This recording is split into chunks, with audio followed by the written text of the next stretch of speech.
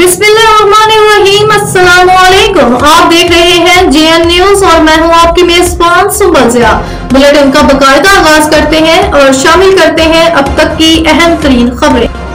खबर शामिल करते चले नवाबशाह से district reporter JN news Rao Mohammad Afzal Rajput की रिपोर्ट के मुताबिक नवाबशाह की समाजी शख्सियत राव मोहम्मद अफजल उर्फ अज्जू भाई की जानिब से 14 अगस्त जश्न आज़ादी के हवाले से शानदार तकरीब का इनेकाद किया गया और 14 अगस्त जश्न आज़ादी का दिन दोस्त अहबाब के हमरा केक काट कर जोशो खरोश से मनाया गया।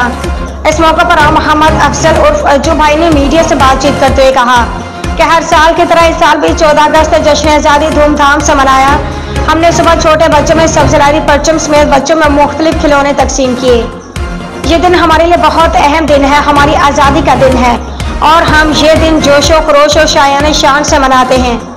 इस मौके पर तकरीब के शुरका ने पाकिस्तान जिंदाबाद, पाक फौज जिंदाबाद के फलशगाफ नारे भी लगाए और खूब खुशी का इजहार किया और मुल्क पाकिस्तान की सलामती के लिए ढेरों नेक तमन्नाएं और नेक ख्वाहिशात का इजहार।